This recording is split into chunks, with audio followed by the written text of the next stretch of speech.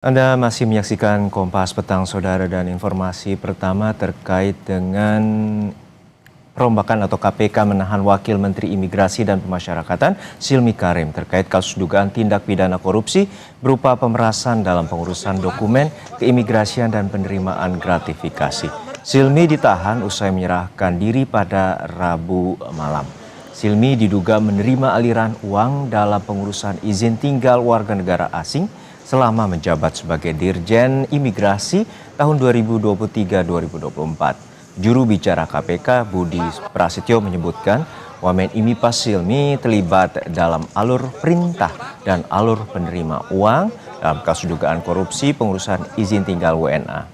Silmi telah ditetapkan sebagai tersangka usai menjalani pemeriksaan di KPK sejak Rabu malam.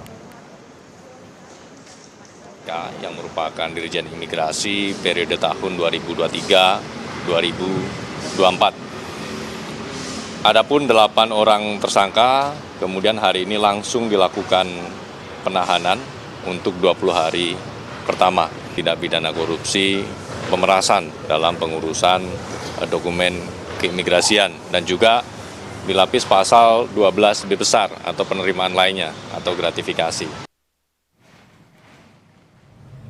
Usai melakukan penggeledahan di rumah Wakil Menteri Imigrasi dan Pemasyarakatan, pada Rabu malam KPK menyegel sejumlah mobil mewah yang terparkir di garasi rumah Silmi Karim.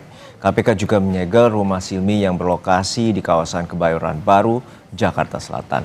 Penyegelan berkaitan dengan proses penanganan kasus dugaan korupsi pengurusan izin tinggal WNA.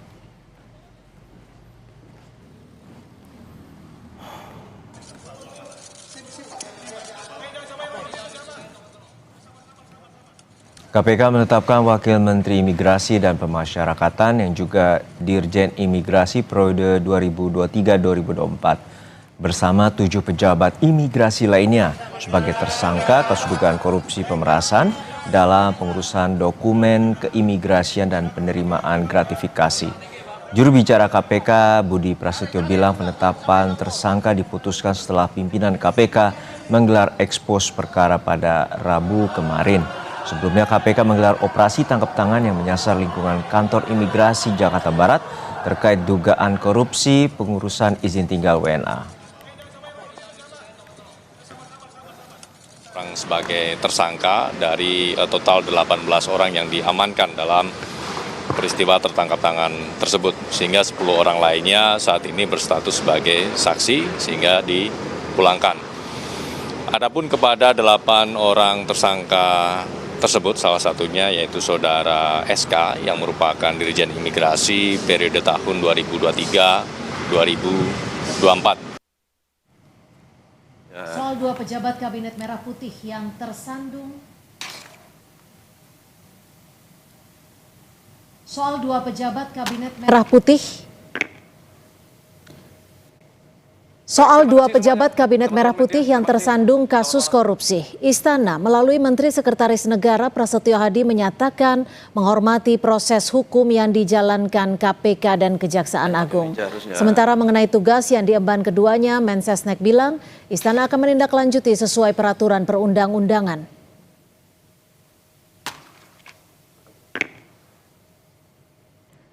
Tentunya pemerintah menghormati proses hukum yang sedang dijalankan oleh aparat penegak hukum baik Kejaksaan maupun KPK dan berkenan dengan jabatan yang melekat kepada mereka yang tengah menjalani proses hukum akan segera ditindaklanjuti sesuai dengan peraturan perundang-undangan yang berlaku.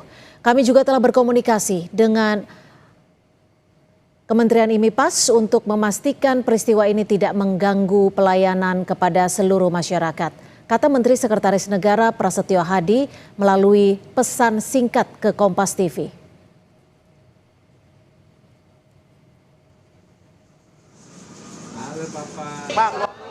Untuk mengetahui perkembangan penanganan kasus dugaan tindak pidana korupsi atas kasus pemerasan dalam pengurusan dokumen imigrasi dan penerimaan gratifikasi, kita bergabung dengan jurnalis Kompas TV Asri Gunawan dan juru kamera Febri James di Gedung KPK Jakarta.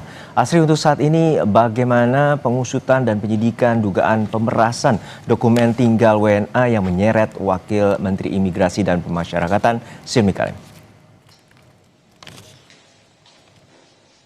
Ya, tadi sekitar pukul 9.30 waktu Indonesia Barat, maksud kami 8.30 waktu Indonesia Barat atau setengah 9 pagi, Silmi Karim beserta 7 tersangka lainnya baru selesai diperiksa di gedung KPK Merah Putih.